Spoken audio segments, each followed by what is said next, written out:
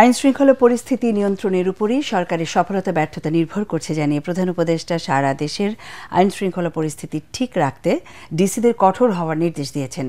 অতিথি নয়, প্রশাসনের ক্যাপ্টেন হিসেবে কাজ করতে চান বলে জানান তিনি। 3 দিনের জেলা প্রশাসক সম্মেলনের উদ্বোধনী অনুষ্ঠানে ডক্টর ইউনূস বলেন, সরকারের কাজ হয়রানি রোধ করে জনসেবা নিশ্চিত করা। নতুন পাসপোর্ট করতে পুলিশ ভেরিফিকেশন লাগবে না বলেও জানান প্রধান উপদেষ্টা।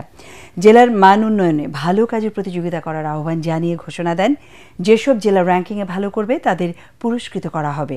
বাজার নিয়ন্ত্রণে ডিসিদের কঠোরভাবে তদারকির নির্দেশ দেন তিনি। আমরা যেহেতু এমন পরিস্থিতি এসেছি, এটা ল অ্যান্ড অর্ডার একটা শান্তি শৃঙ্খলা বজায় একটা মস্ত বড় ইস্যু হয়ে গেল। এটাতে আমরা কি পরিমাণ অগ্রসর হলাম, কি করণীয় আমাদের, এটা একটা 1 নম্বর বিবেচ্য বিষয় আমাদের ল অ্যান্ড অর্ডার। এটা যাতে আমরা বিফল না হই, কারণ এটাতে আমাদের সমস্ত অর্জন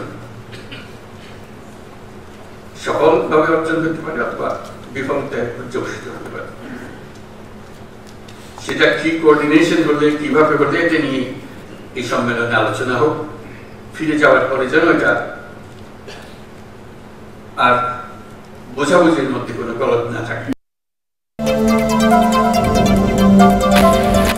স্বৈরাচার পতনের মধ্য দিয়ে ভোটের মাধ্যমে দেশের নেতৃত্বকে বাছাই করার সুযোগ এসেছে বলে মন্তব্য করেছেন বিএনপি ভারপ্রাপ্ত চেয়ারম্যান তারেক রহমান। তিনি বলেন, সময় এসেছে দলকে পুনর্গঠনের পাশাপাশি মানুষের ভোটের অধিকার প্রতিষ্ঠা করার। নড়াইল জেলা বিএনপির দ্বিবার্ষিক সম্মেলনে লন্ডন থেকে ভার্চুয়ালি যুক্ত হয়ে তিনি এসব কথা বলেন। তার অভিযোগ, ভোটের নামে মানুষের সাথে প্রতারণা করে স্বৈরাচার আওয়ামী লীগ নির্বাচন ব্যবস্থাকে ধ্বংস করে দিয়েছিল। তারেক রহমান বলেন, এখন দেশকে পুনর্গঠন করতে হবে। জনগণের আস্থা অর্জনের মাধ্যমে 31 দফার ভিত্তিতে দেশকে গড়ে তুলতে হবে। সামনে সময় এসেছে প্রকৃত নেতৃত্বকে, দেশের নেতৃত্ব যারা দিবে তাদেরকেও বাছাই করার সময় এসেছে। দেশকে ধ্বংস করে ফেলা হয়েছিল বিগত 15 বছর। এখন সময় এসেছে দেশকে গড়ে তোলার। আমরা দেশের মানুষের সামনে 1 মাস 2 মাস বা 3 মাস আগেও নয়, আমরা আজ থেকে 2.5 বছর আগে প্রায় বাংলাদেশের মানুষের সামনে আমরা উপস্থাপন করেছি আমাদের 31 দফা দাবি। প্রতিজ্ঞা হচ্ছে আমরা ইনশাল্লাহ ঐক্যবদ্ধভাবে গণতন্ত্রের জন্য সংগ্রাম করব। আমরা উপস্থিত এখানে প্রতিটা মানুষ ঐক্যবদ্ধভাবে দেশকে পুনর্গঠন করব। আমাদের সামনে এখন লক্ষ্য একটি, উদ্দেশ্য একটি, বাংলাদেশকে পুনর্গঠন করা, বাংলাদেশের মানুষের ভাগ্যের পরিবর্তন করা। কোটি মানুষের আস্থার ভালোবাসায় 11 বারের মতো দেশের 1 নম্বর রেফ্রিজারেটর ব্র্যান্ড ওয়ালটন। আখেরি মোনাজাতের মধ্য দিয়ে শেষ হলো 58তম বিশ্ব ইজতেমা। তৃতীয় ও শেষ পর্বে মোনাজাত পরিচালনা করেন তাবলিগ জামায়াতের একাংশের শীর্ষ মুরব্বী মৌলানা সাদের ছেলে মৌলানা ইউসুফ বিন সাদ। ইজতেমায় অংশ নেওয়া মুসল্লিরা বলেন, বিশ্বজুড়ে মুসলমানরা ঐক্যবদ্ধ নয় বলেই গাজায় সহিংসতা চালাতে পারছে ইহুদিরা। তাবলিগ জামায়াতের বিভেদ ভালো বার্তা দেয় না মন্তব্য করে আগামীতে মিলেমিশে ইজতেমা আয়োজনের তাগিদ দেন তারা। বুক ভরা কান্না আর দু চোখের পানি ফেলে জীবনের যাবতীয় গুনার জন্য সর্বশক্তিমান মহান আল্লাহ তাআলা রাব্বুল আলামিনের কাছে মাপ চান মুসল্লিরা। দিল্লি থেকে আসা মাওলানা ইউসুফ বিন সাদ দুপুর 12টা 38 মিনিটে আখেরি মোনাজাত শুরু করে শেষ করেন 1টা 8 মিনিটে। 30 মিনিটের মোনাজাতের পুরোটা সময় জুড়ে আমিন আমিন ধ্বনিতে মুখরিত ছিল তুরাক তীর।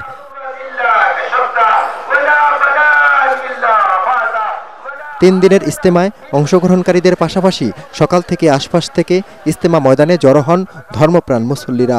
অনেকেই মহাসড়কে বসে শরিক হন আখেরি মোনাজাতে।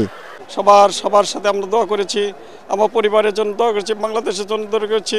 আল্লাহর কাছে দোয়া করছি সারা মুসলিম উম্মাহ যাতে এক আকাশের নিচে শান্তি বজায় থাকতে পারে। মাওলানা জুবায়ের ও মাওলানা সাদের অনুসারীদের বিবাদে আগের মতো একবার ইজতেমা হয় না বেশ কয়েক বছর ধরে। 3 দফা ইজতেমা আয়োজন করায় অনেকেই আগ্রহ হারিয়েছেন। আল্লাহর কাছে প্রার্থনা করেছি যে যতদিন হায়াতে বেঁচে রাখে আল্লাহ পাক যেন সবাইকে একসাথে ইজতেমা করার তৌফিক দান করে।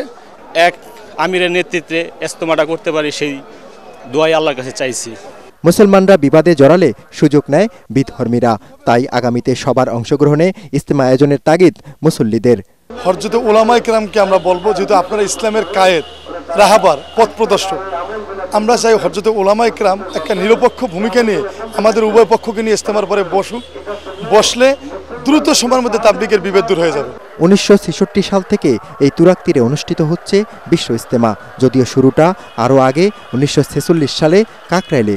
মুসলিম জাহানের দ্বিতীয় সর্ববৃহৎ মিলন মেলা বসত এই তুরাগ তীরে, কিন্তু বেশ কয়েক বছর ধরে জোবায়েরপন্থী ও সাতপন্থীদের মধ্যকার বিরোধে আলাদা আলাদা ইজতেমা হয়। সেই বিশ্ব ইজতেমার দ্বিতীয় মিলন মেলার পরিবেশ এখানে আর দেখা মিলছে না। তারপরও এবার স্বস্তির বিষয় হলো যে জোবায়েরপন্থী এবং সাতপন্থীদের মধ্যকার কোনো ধরনের সহিংসতা ছাড়াই শেষ হয়েছে বিশ্ব ইজতেমা। এখন থেকে আর মিটারে নয়, সিএনজি অটোরিকশা চলবে চালকের নির্ধারিত ভাড়ায়। সকালে অটোরিকশা চালকদের বিক্ষোভের মুখে জেল জরিমানার নির্দেশনা থেকে সরে এসেছে বাংলাদেশ সড়ক পরিবহন কর্তৃপক্ষ BRTA। তবে সকাল থেকে চালকদের সড়ক অবরোধের কারণে সৃষ্টি হয় তীব্র যানজট। মোহাম্মদপুর, মিরপুর ও ঢাকা চট্টগ্রাম মহাসড়ক সহ বেশ কিছু গুরুত্বপূর্ণ পয়েন্ট আটকে দেওয়ায় যান চলাচল কয়েক ঘন্টা বন্ধ থাকে। ফলে চরম ভোগান্তিতে পড়ে নগরবাসী ও কর্মজীবীরা।